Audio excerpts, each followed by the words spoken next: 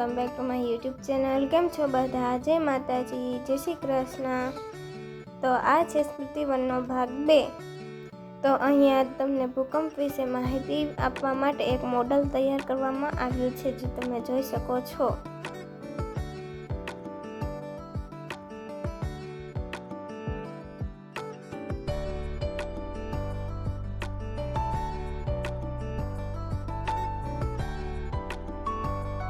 તો અહીંયા પુલ માટેના મોડલ પણ તૈયાર કરવામાં આવ્યા છે, જે તમે જોઈ શકો છો।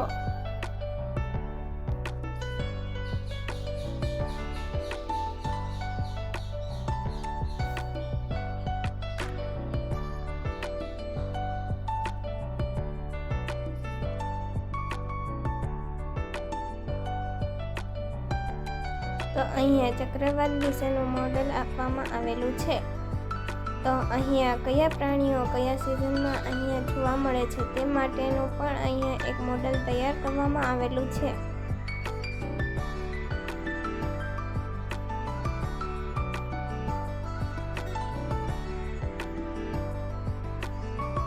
કચ્છમાં લોકો રહેવા માટે ઘર તૈયાર કરે છે, જેને ભૂંગા કહેવામાં આવે છે। તો આ છે તેનું આખો મોડેલ, જે તમે જોઈ શકો છો।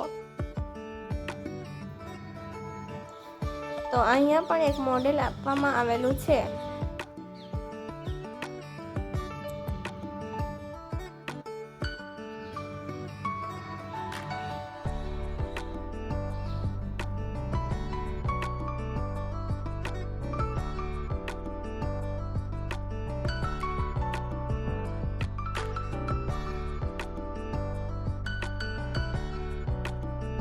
लेकिन पूरी तरह नहीं।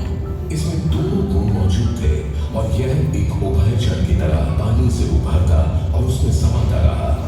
समय के साथ जमीन के अंदरूनी हिस्से में होने वाली हलचल ने, जो आज भी जारी है, इसे एक खास रूप में ढाला।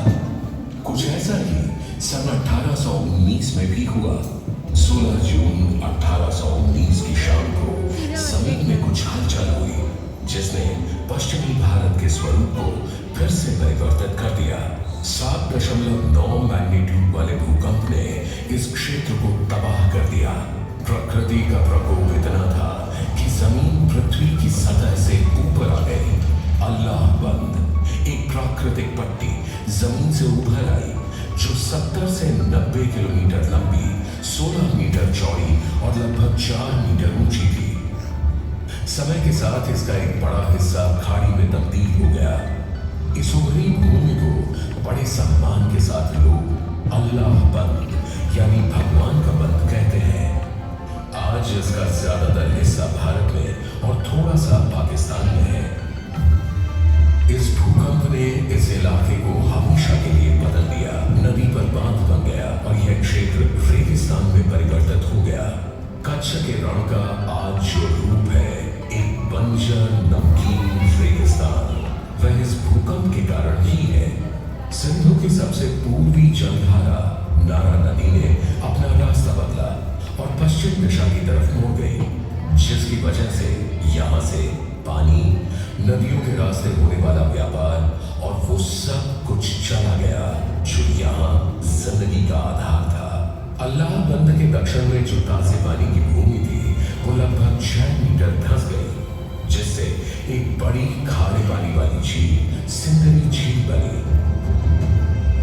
सन 1819 में कप्तान जेम्स मैकमर्डो कच्छ में ही तैनात थे और उन्होंने अपनी डायरी में उस रात की सभी घटनाएं दर्ज की। घबराहट और भय उत्पन्न करने वाली गहरी आवाजें, तबाही की सूचना देता धरती का कंपन, इमारतों का विध्वंस, बेचैनी और दहशत, एक बयान न की जा सकने वाली भयावह सनसनी। भौगोलिक रूप से यह भूकंप सहभूकंपीय सतह विरूपण का प्रमाण था। इंट्राप्लेट कच्छ रिफ्ट बेसिन में क्रस्टल के निरंतर सिकुड़ने और दबाव का सबूत। एक विशाल प्राकृतिक आपदा, इस भूकंप ने हजारों लोगों को मौत के घाट उतार दिया, धुज और कई शहरों को तबाह बर्बाद कर दिया। अहमदाबाद की जमी मस्जिद की मीनारें ढह गई। अंजार, सिंदरी और लखपत के किले भी नष्ट हो गए। भूकंप ने लोगों की बस्तियों, जलमार्गों और प्रशासनिक केंद्रों को भी प्रभावित किया। उपजाऊ जमीनों में समुद्र का खारा पानी भर गया और भूकंप के पश्चात झटके महीनों तक आते रहे। भौगोलिक कारणों से बनने के 200 साल बाद भी अल्लाह बंद दृढ़ता से खड़ा है, अपरदन से अप्रभावित और अपने बनाए भूक्षेत्र पर प्रभुत्व रखता। हालांकि नए अध्ययनों के अनुसार कहा जा रहा है कि अल्लाह बंद के सबसे ऊंचे हिस्से से संपूर्ण रैखिक टीले के अपरदन का पता लगता है। यह इस सत्य की भी पुष्टि करता है कि मनुष्य और प्रकृति अपनी यात्रा में इन बदलावों को अपनाते हैं और उनके साथ साथ बदलते और विकसित होते हैं। તો હવે અમને અહીં ભૂકંપ પહેલાંનું દ્રશ્ય દેખાડવામાં આવે છે। 26 જાન્યુઆરી 2001ના રોજ 8:46 પર અહીંયા ભૂકંપ આવેલો હતો।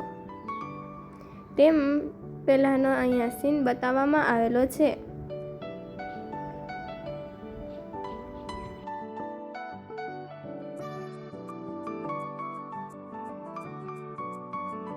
જો તમને મારો આ વિડીયો પસંદ આવે તો મારી ચેનલને લાઈક કરો, શેર કરો, સબસ્ક્રાઈબ કરો અને બાજુમાં આપેલું બેલ આઇકન જરૂરથી ક્લિક કરો જેથી મારા અવનવા વિડીયોની નોટિફિકેશન તમને સૌથી પહેલાં જોવા મળે।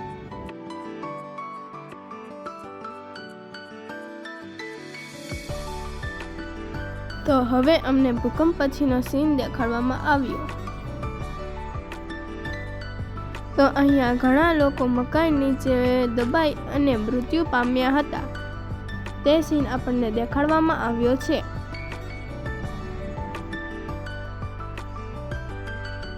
તો અહીંયા હજી એક માહિતી પણ આપવામાં આવેલી છે કે ભૂકંપ કઈ રીતે આવે છે।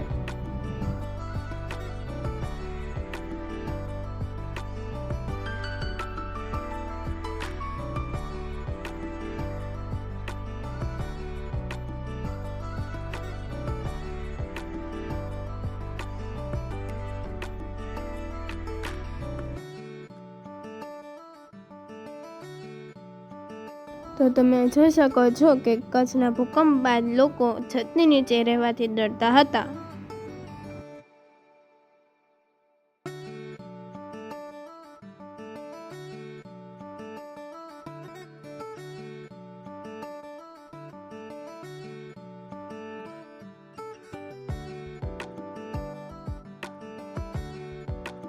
તો આ છે કચ્છની પુનર્નિર્માણની રીત। તો તમે જોઈ શકો છો કે કચ્છનું આ રીતે બનાવવામાં આવ્યું છે। તો હવે મળીએ આપણા નેક્સ્ટ વિડીયોમાં। આવજો। જય માતાજી, જય શ્રી કૃષ્ણ।